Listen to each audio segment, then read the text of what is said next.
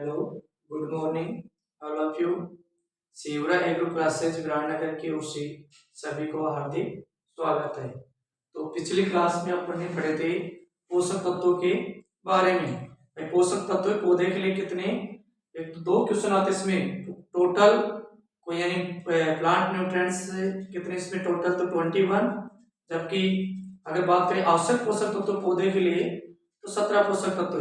तो 17वां पोषक तत्व अपन पढ़े थे पिछली क्लास में, कौन सा है? निकिल है। और इस निकिल की खोज किसने की है? ब्राउन ने 1987 में। आज पढ़ेंगे अपन प्राथमिक पोषक तत्वों के कार्य। प्राथमिक पोषक तत्व जैसे प्राथमिक पोषक तत्व है, इसमें प्राथमिक पोषक तत्व है नाइट्रोजन, फास्फोरस, पोटास। प्राथमिक पोषक तत्व कौन से? प्राइमरी न्यूट्रिएंट्स, नाइट्रोजन, फास्फोरस और पोटास। अब आज इनके तीनों के बारे में पढ़ेंगे, इनके कार्य क्या है या इनकी कमी के लक्षण क्या है। तो इन तीन जैसे आज पढ़ेंगे अपन नाइट्रोजन के कार्य। नाइट्रोजन है, नाइट्रोजन को पौधे किस रूप में ग्रहण करते हैं? नाइट्रोजन को पौधे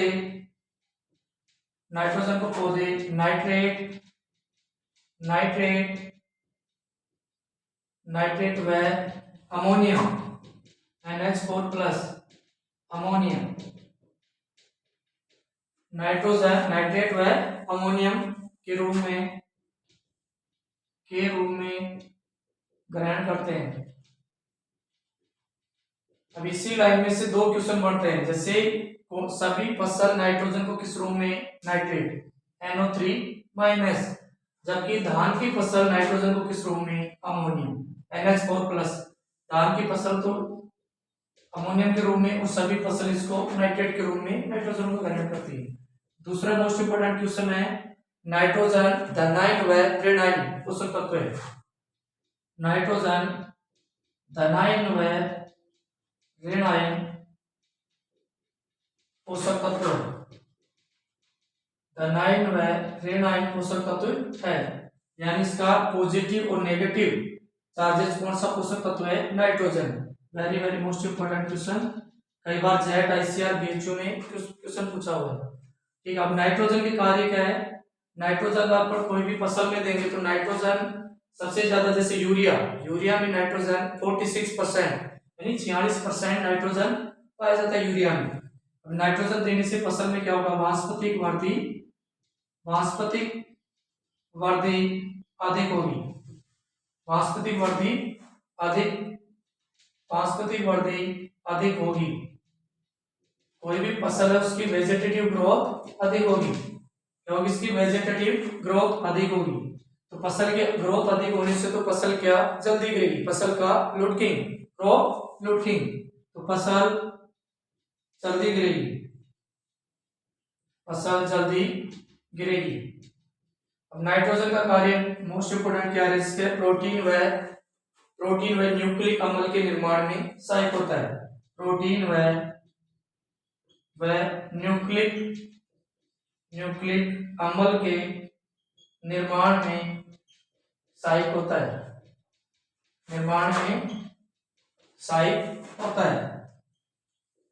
प्रोटीन व न्यूक्लिक अम्ल के निर्माण में सहायक होता है। कई बार ये भी मोस्ट इंपोर्टेंट क्वेश्चन है। और एक इसमें नाइट्रोजन का कार्य मोस्ट है वानस्पतिक वृद्धि, वेजिटेटिव ग्रोथ के लिए कौन सा है? नाइट्रोजन। तीनों क्वेश्चन इसमें मोस्ट इंपोर्टेंट है। ये नाइट्रोजन के, और इसमें नाइट्रोजन को फसल में देने से इसमें कीट व रोगों का प्रकोप अधिक होगा फसल के अंदर, और इसमें चारे व भूसे की मात्रा अधिक होगी, जबकि दाना उत्पादन कम होगा। ये इसकी मोस्ट इंपोर्टेंट कार्य है। तो नाइट्रोजन की कमी पौधे के पुरानी पत्तियों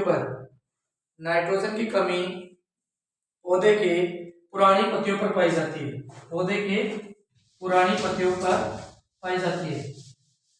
ये इसके नाइट्रोजन के कार्य है। उसमें हर बार एग्जाम में 3 या 4 क्वेश्चन पूछे जाते हैं इसमें से। अब पढ़ेंगे अपन फास्फोरस के कार्य। कौन से पढ़ेंगे अपन? फास्फोरस के कार्य। फास्फोरस की कार्य है, दूसरा इसमें फास्फोरस के कार्य। फास्फोरस को पौधे किस रूप में ग्रहण करते हैं? फास्फोरस को पौधे H2PO4 माइनस व HPO4 माइनस 2 के रूप में ग्रहण करते हैं। फास्फोरस का कार्य, मोस्ट इंपोर्टेंट कार्य, फास्फोरस का एक रूट ग्रोथ के लिए, जड़ों की वृद्धि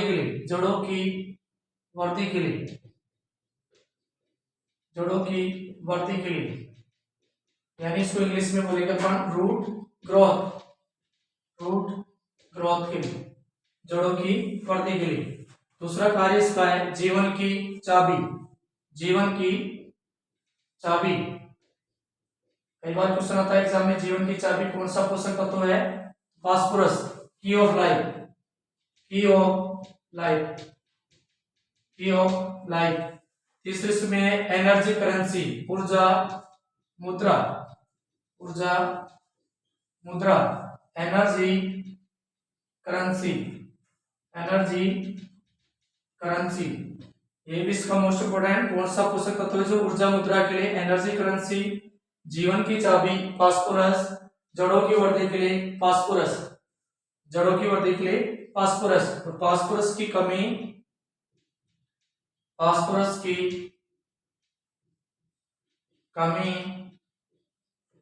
पौधे के पुरानी पत्तियों पर पाई जाती है। फास्फोरस की कमी पौधे के पुरानी पत्तियों पर पाई जाती है। एक और इसका मोस्ट इंपोर्टेंट है, एडीपी से एटीपी बनने के लिए कौन सा पोषक तत्व है? फास्फोरस। एडीपी से एटीपी बनने के लिए कौन सा पोषक तत्व है? फास्फोरस। इनमें से मोस्ट इंपोर्टेंट क्वेश्चन है, जड़ों की वृद्धि के लिए, रूट ग्रोथ के लिए कौन सा पोषक तत्व है? फास्फोरस। जीवन की चाबी के लिए भी फास्फोरस। और पौधे इसको किस रूप में ग्रहण करते हैं? H2PO4 HPO4 माइनस 2 के रूप में ग्रहण करते हैं। और एक इसको की ऑफ लाइफ, जीवन की चाबी, और इसके भी कमी पौधे के कौन से भाग में पाई जाती है? पुरानी पत्तियों पर। और एडीपी से एटीपी बनने के लिए कौन सा पोषक तत्व है? फास्फोरस। ये फास्फोरस के प्रमुख कार्य आप पढ़ेंगे अपन, पोटास के कार्य।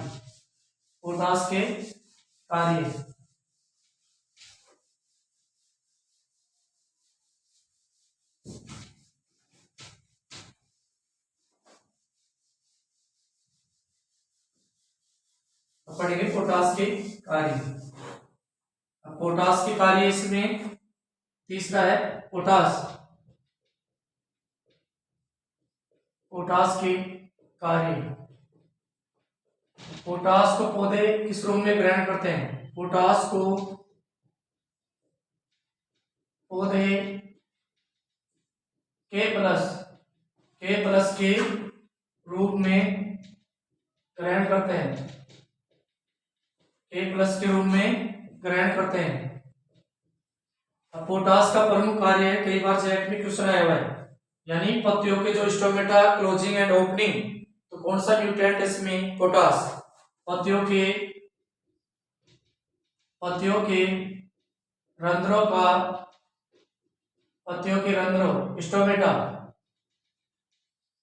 स्टोमेटा पत्तियों के रंध्रों का खुलना व बंद होना। Very very most important question है। जेट 2021 में भी क्वेश्चन आया हुआ है, जेट 2021 में। तो पत्तियों के रंध्रों का खुलना या बंद होना कौन सा पोषक तत्व है? पोटास, यानी स्टोमेटा क्लोजिंग एंड ओपनिंग। अब एक पोटास का कार्य होता है पौधे में शुगर ट्रांसलोकेशन,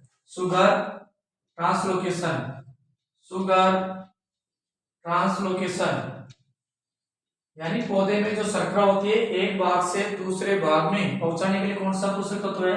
पोटास। तो शुगर ट्रांसलोकेशन के लिए कौन सा है? पोटास। दूसरा कार्य अगर पोटास का, तो इसमें कार्य अगर पौधे में पोटास देंगे तो उसकी रोग प्रतिरोधक क्षमता अधिक होती है, यानी डिजीज रेसिस्टेंट, रोग प्रतिरोधक क्षमता अधिक होती है। रोग प्रतिरोधक क्षमता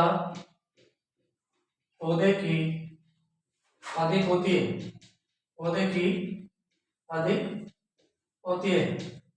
इसको इंग्लिश में बोलेंगे अपन डिजीज रेसिस्टेंट, डिजीज रेसिस्टेंट। एक उसमें होता है जैसे कोई भी फसल है उसके फल होता है या दाना, उसको ताजा या सुडौल मोटा करने के लिए भी पोटास, उसको कौन सा होता है? पोटास। फसल के फल व दाना को ताजा व सुडौल करने के लिए, सुडौल करने के लिए, सुडौल करने के लिए कौन सा पोषक तत्व है? पोटास।